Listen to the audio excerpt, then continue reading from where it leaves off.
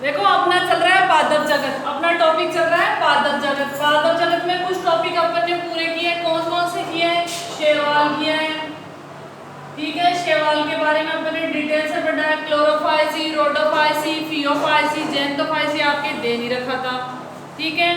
इसके अलावा बाद में अपन ने देखा ब्रायोफाइटा। ब्रायोफाइटा में अपन ने क्या देखा? मोस और लीवरवर्ट, ठीक है। अपन डिटेल से देख चुके हैं मोस और लीवरवर्ट क्या होते हैं। इसके बाद में तीसरा देखा अपन ने टेरिडोफाइटा। तीसरा क्या देखा आपके? टेरिडोफाइटा। तो टेरिडोफाइटा स्टार्ट हो गया था क्या आपके? शायद कुछ 2-3 पॉइंट हुए थे उसके, तो अपन आज देखेंगे टेरिडोफाइटा को डिटेल से देखेंगे। देखो टेरिडोफाइटा ऐसे पादप थे जिनमें जड़, तना और पत्तियां क्या थी आपकी? विकसित थी। या ऐसे कह सकते हैं सॉरी कि पहले ऐसे पादप थे जिनमें जड़, तना और पत्तियां पूर्ण रूप से विकसित थी। टेरिडोफाइटा पहले ऐसे पादप थे जिनमें जड़, तना और पत्तियां पूर्ण रूप से विकसित थी। अब इनको थैलोफाइटा में अपन नहीं रख सकते। क्यों नहीं रख सकते? क्योंकि थैलोफाइटा में क्या था? पादप शरीर जड़, तना और पत्ती में विभेदित नहीं था। तो टेरिडोफाइटा के लिए 3-4 शब्दों का उपयोग किया गया था। सत्य पादप लिख सकते हैं क्योंकि पादप शरीर किस में बटा हुआ है? जड़, तना और पत्ती में। इसके अलावा इनमें क्या पाए जाते हैं? संवहन ऊतक। इनमें क्या पाए जाते हैं आपके? संवहन ऊतक, मतलब जाइलम और फ्लोएम उपस्थित थे। ये चीज भी अपन कल देख चुके थे, ठीक है। इसके अलावा अपन ने देखा कि टेरिडोफाइटा के जीवाश्म मिले। टेरिडोफाइटा के क्या है आपके? जीवाश्म मिले। 350 दे रखा था सर मिलियन वर्ष पूर्व, जिससे ये सिद्ध होता है कि कोई टाइम ऐसा था कि पृथ्वी पर सिर्फ टेरिडोफाइटा का वर्चस्व था। जैसे कोई टाइम में किसका था? डायनासोर का। वैसे ही टेरिडोफाइटा का वर्चस्व था। इसके अलावा टेरिडोफाइटा में 2 प्रकार के पादपों को रखा गया है, हॉर्स टेल और फर्न। किसको रखा गया है? हॉर्स टेल, और दूसरे कौन है आपके? फर्न। 2 प्रकार के पादपों को रखा गया, ये अपन ने कल देखा था, ठीक है। इसके अलावा इनका आवास कहाँ का होता है? ये रहते हैं ठंडे, गीले व नम व छायादार स्थानों पे। ठंडे होंगे, गीले होंगे, नम व छायादार स्थानों पे। इसके अलावा इनका जो मुख्य पादप था वो क्या था? टूवैन था। अब टूवैन का मतलब कौन होएगा? युग्मकोद्भिद होगा या बीजाणुद्भिद होगा? स्पोरोफाइट होगा या गैमेटोफाइट होगा? इंग्लिश अच्छी लग रही है ना आज? स्पोरोफाइट इजी से आ रहा है, जबकि बीजाणुद्भिद बड़ी मुश्किल से आ रहा है, ठीक है। तो मुख्य पादप बीजाणुद्भिद होगा या फिर आपके स्पोरोफाइट या गैमेटोफिटिक या युग्मकोद्भिद? नहीं, मुख्य पादप कैसे होगा? बीजाणुद्भिद होगा। ब्रायोफाइटा का मुख्य पादप कैसा था? युग्मकोद्भिद। तो ये कैसे होंगे? बीजाणुद्भिद, जिसको इंग्लिश में बोलते हैं अपन स्पोरोफाइट। स्पोरोफाइट। तो जो टेरिडोफाइटा है उसका मुख्य पादप क्या होता है? टूवैन होता है। उसको स्पोरोफाइट बोल दो या बीजाणुद्भिद बोल दो, ठीक है। और जो ब्रायोफाइटा वो कैसा होता है आपका? गैमेटोफिटिक या युग्मकोद्भिद। ये बात ध्यान रखना, एक नंबर के क्वेश्चन बनते हैं यहाँ से। अब लास्ट में देखा था, लास्ट टॉपिक, कल के टॉपिक में लास्ट में कि जो ब्रायोफाइटा होता है उसमें पत्तियां भी विकसित हो गई, जड़ें भी विकसित हो गई, तना भी विकसित हो गया। तो पत्तियां 2 प्रकार की होती है, लघुपर्ण और दीर्घपर्ण। कुछ पादपों में पत्तियां बड़ी होगी और कुछ पादपों में क्या होगी? पत्तियां आपकी छोटी होगी। तो 2 प्रकार की पत्तियां पाई जाती है। अब अपना आगे देखते हैं। लघुपर्ण का उदाहरण तो था आपका सिलेजिनेला, और दीर्घपर्ण का उदाहरण कौन था? आपका फर्न। मैंने कल एक डायग्राम बनाया था, फर्न में सिर्फ पत्ती होती है और कुछ नहीं होता। पत्ती होती है, फर्न में क्या होगी? सिर्फ पत्ती होगी। तो ये कैसा, किसका उदाहरण है आपका? दीर्घपर्ण का। यह आपकी फर्न है, ठीक है। अब देखो यहाँ से इंपॉर्टेंट क्वेश्चन बनते हैं और यहाँ से एक्चुअल में टेरिडोफाइटा स्टार्ट होता है। ये आपका बेसिक इंट्रोडक्शन था। अब ये क्या कह रहा है? जो स्पोरोफाइट में बीजाणुधानी होती है, स्पोरोफाइट में स्पोरोफाइट। स्पोरोफाइट का मतलब 2n, ठीक है, द्विगुणित अवस्था होती है। और युग्मकोद्भिद या गैमीट, गैमीट का मतलब क्या होता है? गैमीट्स का मतलब होता है युग्मक। युग्मक हमेशा कैसे होते हैं? अगुणित। एन का मतलब अगुणित। ये जो लिखा ना मैंने, इसको दिमाग में सेट कर लो आप लोग, ये हमेशा काम आएगा। युग्मक हमेशा अगुणित होंगे, चाहे वो ब्रायोफाइटा के हो, चाहे टेरिडोफाइटा के हो, चाहे मनुष्य के हो, चाहे आपके जैसे एम्फीबिया के हो, रेप्टाइल, किसी के भी युग्मक हो हमेशा एन होंगे। किसी के भी युग्मक होंगे वो एन होंगे। और एन से क्या बना आपके? युग्मक।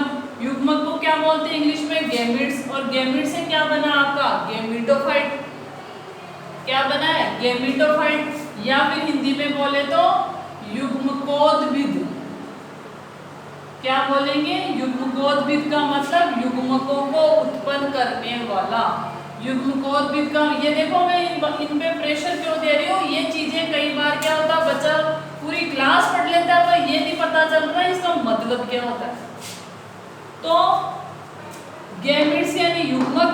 युग्मक का मतलब युग्मकोद्भिद, मतलब इनसे कौन जन्मे? आपके ये जन्मे। इनको इंग्लिश में क्या बोलते हैं? गैमीट्स, ठीक है। ये कैसे होते हैं? अगुणित होते हैं। तो गैमीटोफिटिक या युग्मकोद्भिद, इसकी इंग्लिश क्या होगी आपकी? गैमीटोफिटिक। गैमीटोफिटिक। तो गैमीटोफिटिक अवस्था, युग्मकोद्भिद अवस्था कैसी होगी आपकी? अगुणित होगी। और ये क्या बनाएंगे आपके? गैमीट बनाएंगे। अपन को पता है गैमीट अगुणित होते हैं, किसी के भी हो, ठीक है। तो ये क्या कह रहा है? स्पोरोफाइट। ये दिमाग में सेट कर लेना आप लोग, कभी नहीं भूलोगे। अब क्या कह रहा है? स्पोरोफाइट। स्पोरोफाइट का मतलब द्विगुणित अवस्था, वो अवस्था जो स्पोर बनाए, ठीक है। देखो स्पोरोफाइट का मतलब क्या होगा? जो स्पोर बनाए, स्पोर का निर्माण करने वाली, स्पोर का निर्माण करने वाली। और स्पोर का निर्माण करती, स्पोर को हिंदी में क्या बोलते हैं? बीजाणु। हिंदी में क्या बोलते हैं अपन? बीजाणु। इसकी इंग्लिश क्या? ये इंग्लिश है, इसकी हिंदी क्या होगी? बीजाणुद्भिद। बीजाणुद्भिद। तो ये नए टर्म नहीं है, वो वैसे के वैसे है। स्पोरोफाइट यानी हिंदी में बीजाणुद्भिद। बीजाणुद्भिद कैसे होते हैं? 2n होते हैं। 2n क्यों हुआ? क्योंकि दोनों युग्मक मिलके क्या बनाते हैं आपके? ये बनाते हैं। हो गया ना 2n। युग्मक कैसे होते हैं आपके? n, ये n और ये n मिलके क्या बना लिया आपका? 2n। तो देखो समझ में आ रहा है? समझ में आ रहा है ना? हाँ, इन चीज़ों को ध्यान रखना। कई बार बच्चे सीनियर भी कर लेते हैं पर उनको ये नहीं पता होता इनका मतलब क्या, ठीक है। तो अब क्या है? बीजाणुद्भिद, स्पोरोफाइट, 2n। स्पोरोफाइट किसका निर्माण करेगा? आपका स्पोर का निर्माण करेगा।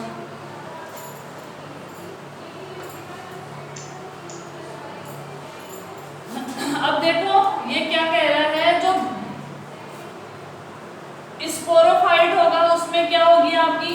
बीजाणुधानी लगी होगी। या स्पोरोफाइट क्या है आपका? बीजाणुधानी।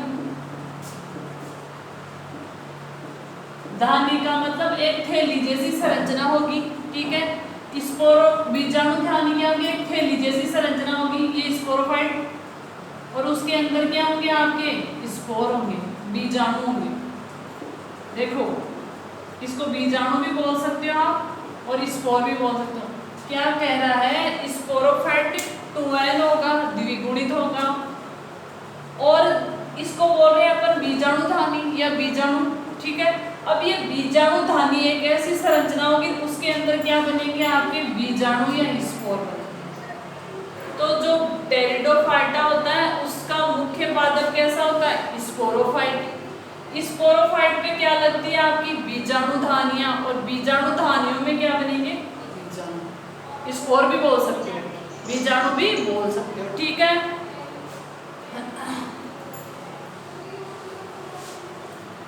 अब एक संरचना आती है शंकु। एक संरचना का नाम होता है शंकु, स्ट्रोबिलस।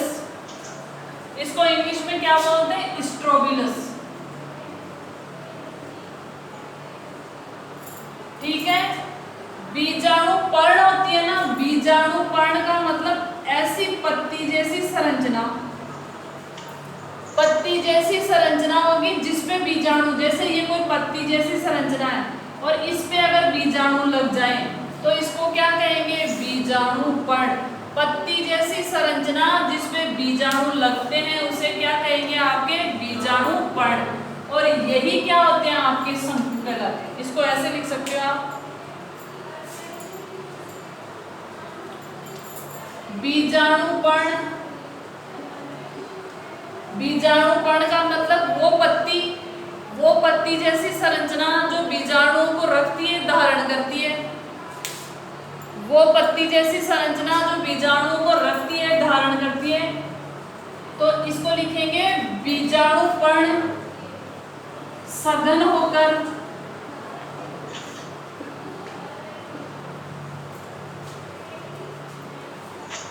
शंकु का निर्माण करती है।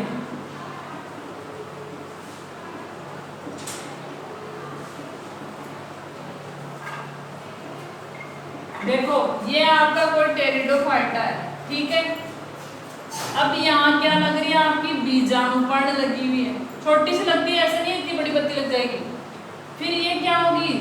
सघन होकर ऐसे ऐसे ऐसे इकट्ठी होती रहेगी और एक ऐसी संरचना बना लेगी। और इसी संरचना को क्या कहेंगे अपन? शंकु। जो बीजाणु पर्ण होती है जिसपे बीजाणु लगते हैं वो इकट्ठी होके, संघनित होके और क्या कर लेगी? शंकु जैसी संरचना बना लेगी। शंकु ऐसे ही होता ना, मैथ वाला शंकु, तो वो क्या कहलाएगा? आपका शंकु। इसमें ही क्या होंगे? नर और मादा। जो ये देखो, नर शंकु अलग होगा, मादा शंकु अलग होगा। वहां आपने ब्रायोफाइटा में देखा था ना, एक पादप नर की तरह व्यवहार कर रहा था, पूधानी और स्त्रीधानी। वैसे ही यहाँ नर शंकु और मादा शंकु लगेंगे। नर शंकु के अंदर नर अणु बनेंगे, मादा शंकु के अंदर मादा अणु।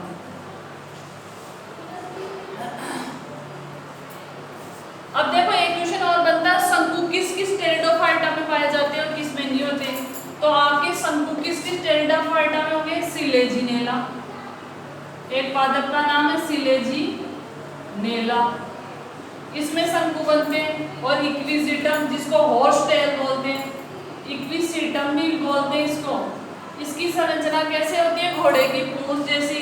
तो इक्विजिटम का दूसरा नाम है हॉर्स टेल प्लांट। इसका जो पीछे वाला ये शंकु, और इसको देखते हो तो वैसे लगता है जैसे घोड़े की पूंछ हो, तो इसको हॉर्स टेल प्लांट भी कहते हैं। इन दोनों में क्या बनते हैं? आपके शंकु बनते हैं। ये इम्पोर्टेंट इसलिए है क्योंकि अब धीरे धीरे क्या हो रहा है? पादपों का विकास हो रहा था। एल्गी में कोई नर मादा कुछ नजर नहीं आ रहा था, एक सिर्फ थैलोइड संरचना थी। फिर ब्रायोफाइटा में नर अलग दिख रहा था, मादा अलग दिख रही थी, एक ही पादप पे ना होके अलग अलग पादपों में थे। टेरिडोफाइटा में स्त्रीधानी पूधानी का उपयोग हो।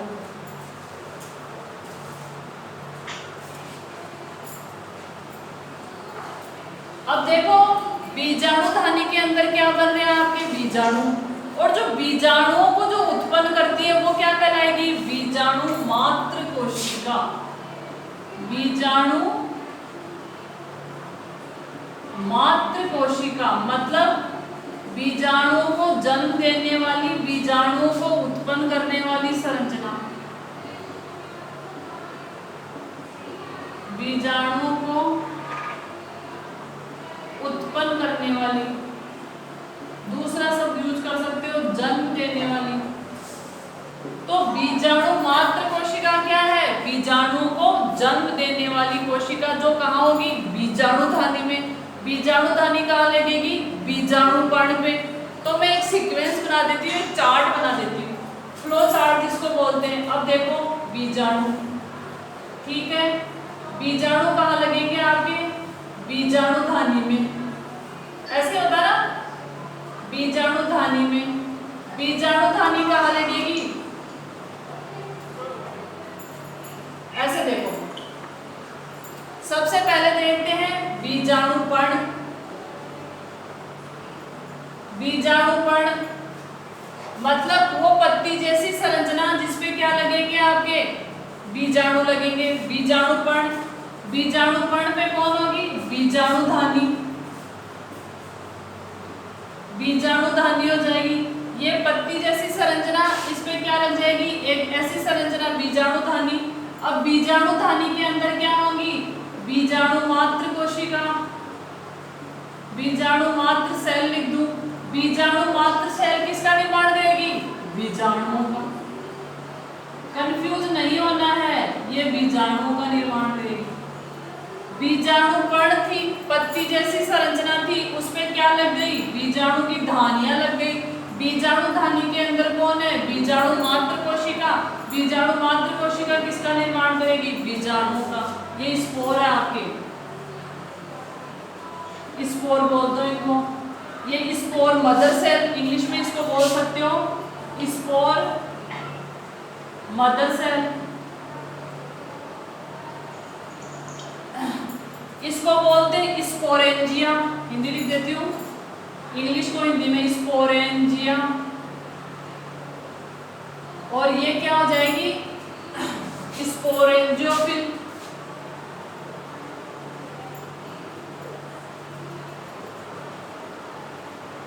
ये नहीं याद होए तो भी चलेगा। बीजाणु पत्ती जैसी एक संरचना है जिसको बीजाणुपर्ण कहेंगे। उस पे कौन लगेगी? बीजाणुधानी। बीजाणुधानी में कौन सी कोशिका होगी? बीजाणु मात्र कोशिका, बीजाणु को जन्म देने वाली। और ये किनको जन्म देगी? आपके बीजाणु। ये माइंड में सेट कर लेना, ठीक है? इसको कहीं लिख लेना दिमाग के किसी कोने में।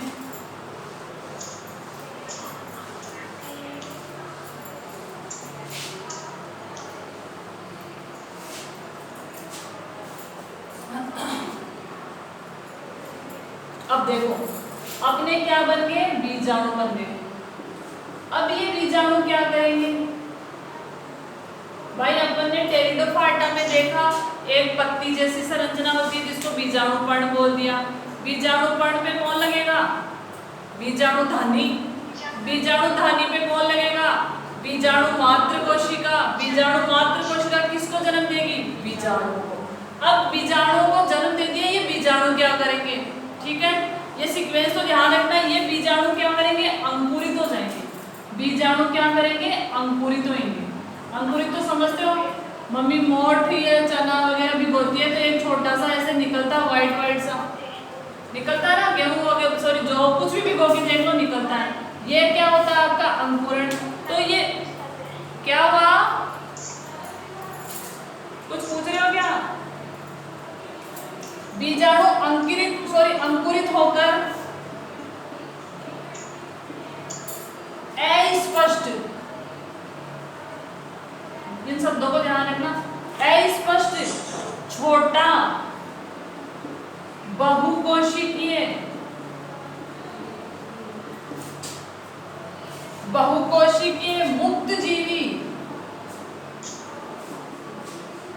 मुक्त जीवी अधिकांशतः प्रकाश संश्लेषी, मतलब प्रकाश संश्लेषण करेगा। प्रकाश संश्लेषी अधिकांशतः प्रकाश संश्लेषी युग्मकोद्भिद बनाता है।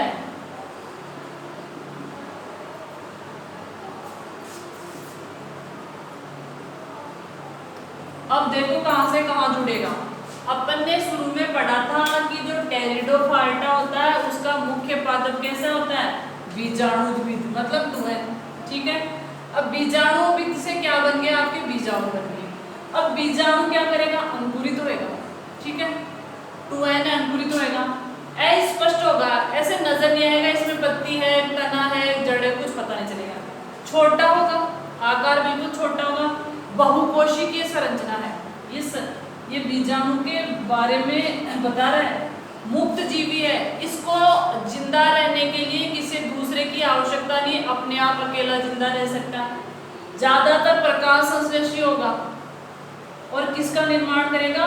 युग्मकोद्भिद बनाएगा। मतलब 2n से क्या बन गया आपका?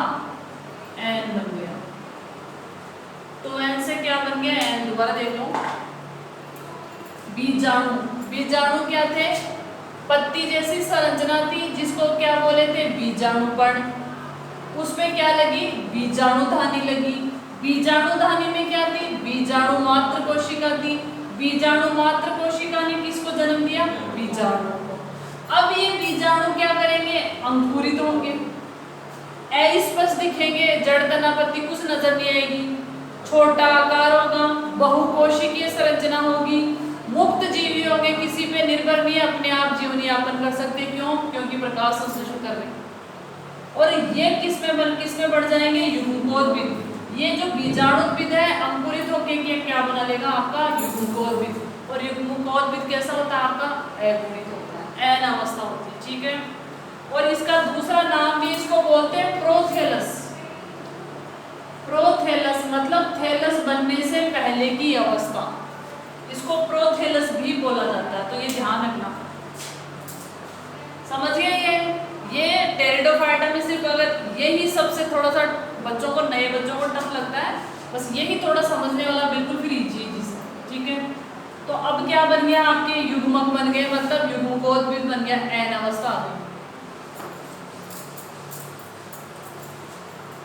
अब क्या होगा, जो टेरिडोफाइटा है युग्मक बन गए, एक मादा युग्मक। ये जो अभी जो मैंने प्रक्रिया बताई, ये जो नरधानी होगी उसमें भी यही प्रक्रिया होगी, जो मादा धानी होगी उसमें भी यही प्रक्रिया होगी, दोनों में होगी। तो दो युग्मक बन गए आपके, दो प्रोथेलस बन गए, नहीं समझे।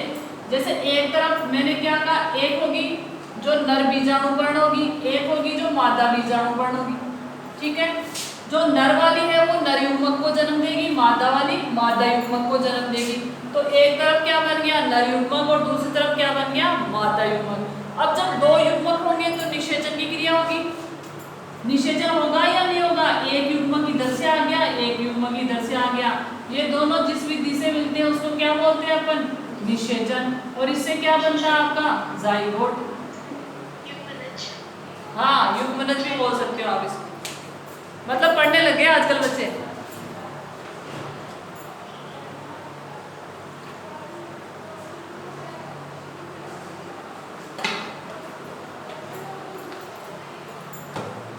ठीक है।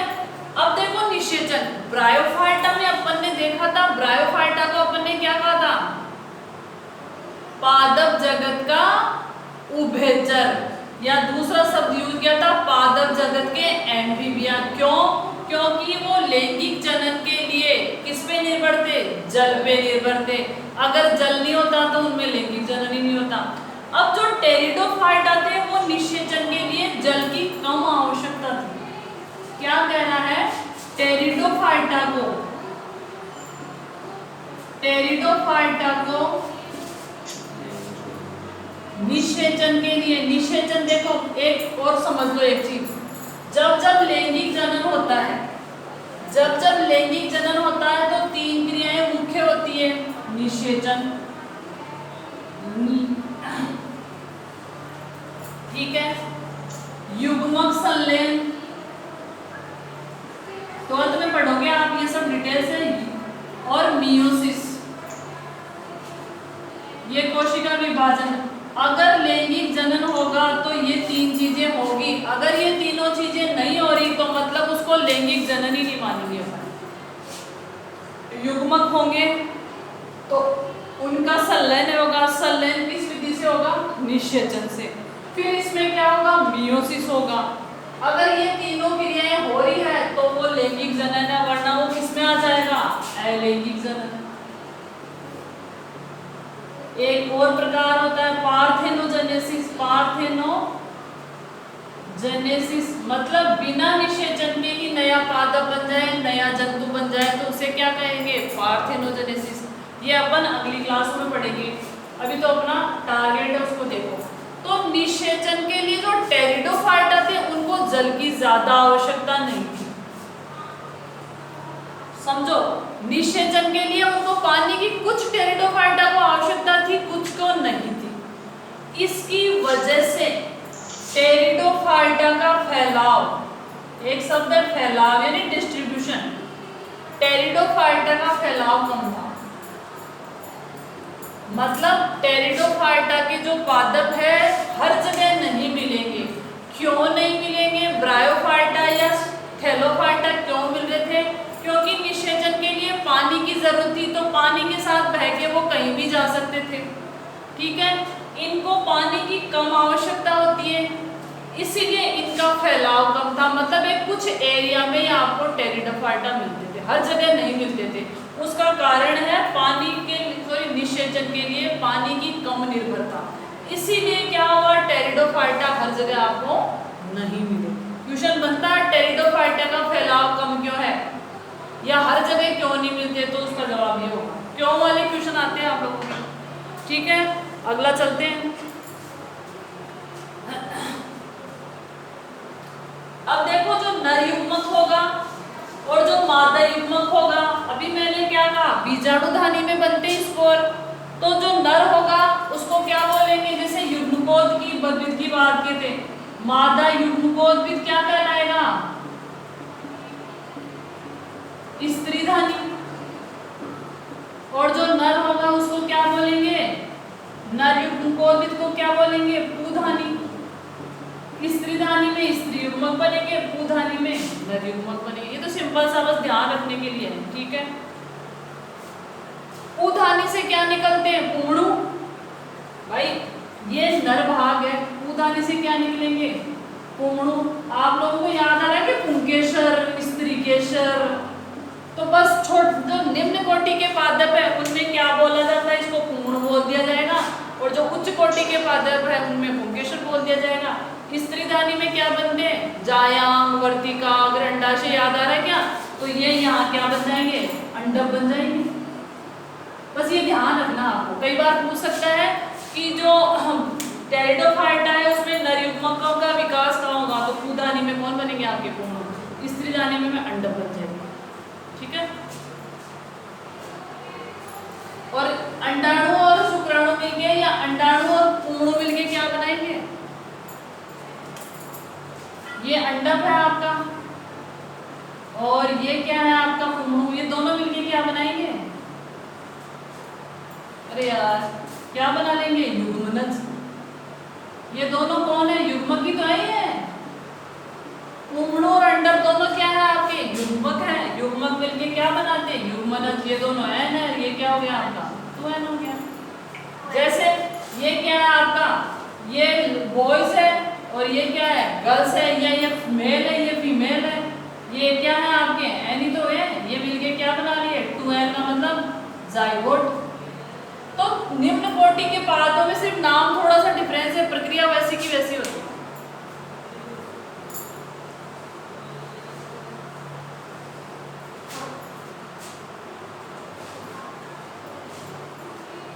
अब देखो युग्मनज बन गया आपका, और ये युग्मनज ही क्या बनाएगा आपका, स्पोरोफाइट बनाएगा।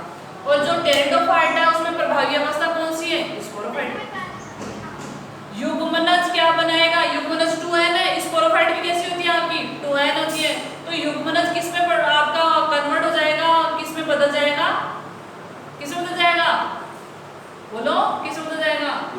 हाँ, युग्मनज किसमें बदल जाएगा, स्पोरोफाइट में या बीजाणुद्भिद में। ठीक है, और आपकी बीजाणुद्भिद या स्पोरोफाइट अवस्था ही क्या है, टेरिडोफाइटा में प्रभावी अवस्था है। दोबारा देखो कुछ कंफ्यूजन हो गया। मैंने क्या कहा, युग्मनज बन गया। ठीक है, युग्मनज क्या होता है आपका, 2n होता है। ठीक है, पुंगड़ू और अंडाणु, अंडक भी लिख सकते हो।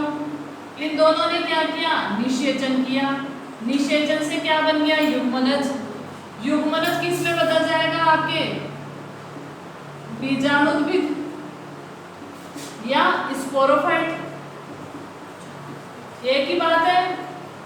ठीक है, और ये अवस्था क्या है, टेरिडोफाइटा में प्रभावी अवस्था है। बस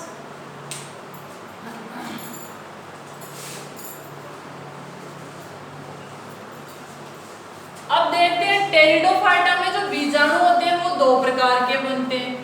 टेरिडोफाइटा में जो बीजाणु बनेंगे वो 2 प्रकार के बनेंगे। इसके आधार पर टेरिडोफाइटा को, मतलब अगर दोनों बीजाणु एक जैसे आकार के हैं तो उसको क्या बोलेंगे, समबीजाणुता।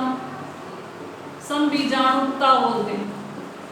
मतलब जो बीजाणु बन रहे हैं, जो स्पोर बन रहे हैं, अगर वो एक जैसे आकार के हैं, दोनों सेम आकार के हैं, दोनों का मतलब नर और मादा, दोनों का मतलब नर और मादा अगर दोनों सेम आकार के क्या बोलेंगे? समबीजाणुता। अगर दोनों का आकार अलग अलग है, एक में सपोज ऐसा है दूसरा ऐसा है, तो इसे क्या बोलेंगे? विषम बीजाणुता। अब ये तो कोई भी बता देगा समबीजाणुता और विषम बीजाणुता, सिंपल सा है, पर क्वेश्चन कहाँ से आता है? उदाहरण बताओ। तो आपके विषम बीजाणुता का उदाहरण दे रखा सिलेजिनेला और साल्विनिया। सिलेजिनेला, सिलेजिनेला और साल्विनिया। ये आपके 12th में प्रैक्टिकल में भी है साल्विनिया, ठीक है। तो ये दोनों किसके उदाहरण है? आपके विषम बीजाणुता, मतलब जो नर और मादा बीजाणु बनेंगे वो दोनों अलग अलग आकार के होंगे। तो विषम बीजाणुता किसमें पाई जाती है? इन दोनों में, बाकी में समबीजाणुता होती है। तो क्वेश्चन ऐसे बनता है विषम बीजाणुता और समबीजाणुता, ठीक है। ये था आपका टेरिडोफाइटा, ठीक है। अब अपन और देखते हैं टेरिडोफाइटा में क्या क्या हो। हाँ, एक चीज मैंने शुरू में बताई थी आपको, जो मादा युग्मक होता है उसका आकार बड़ा होता है, ठीक है। जो मादा युग्मक होता है उसका आकार क्या होता है? वो आपका मोस्टली बड़ा होता है और वो गतिशील नहीं होता है, वो गतिशील नहीं होता। जैसे अगर ह्यूमन बींग्स की बात की जाए, मानव की बात की जाए, तो अंडे का आकार बड़ा होता है और ये गतिशील नहीं होता। इसमें केंद्र, अंडा क्या है? एक कोशिका है। अंडा क्या है? आपकी एक कोशिका है। इसमें वो सारे अंग होंगे जो एक कोशिका में होते हैं। माइटोकॉन्ड्रिया, राइबोसोम, गोल्गी, राइबोसोम सब कुछ होते हैं अंडे में। एक कोशिका की तरह काम करता है। तो जो नर युग्मक होता है वो क्या होता है? आपका गतिशील होता है और आकार में क्या होता है आपका? ये शुक्राणु है और ये क्या आपका? अंडाणु। अपन ह्यूमन बींग्स की बात कर रहे हैं।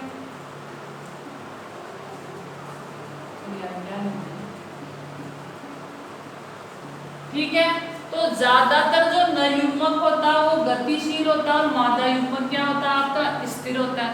इसके अलावा मादा युग्मक आकार में बड़ा होता है, नर युग्मक आकार में छोटा होता है। ये निम्न कोटि के जीवों पे भी लागू होता है, उच्च कोटि के जीवों पे भी ये लागू होता है। तो यहाँ एक क्वेश्चन निकल के आ रहा है टेरिडोफाइटा में बृहद बीजाणु, बृहद बीजाणु और लघु बीजाणु। बृहद बीजाणु, दूसरा है आपका लघु बीजाणु।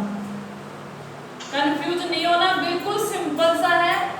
यहाँ ऐसे भी लिख सकता बृहद बीजाणुधानी, लघु बीजाणुधानी, ऐसे भी लिख सकता हो बृहद बीजाणुधानी। दूसरा हो गया लघु बीजाणुधानी। अब देखो इससे निकालो आप, बृहद का मतलब बड़ा आकार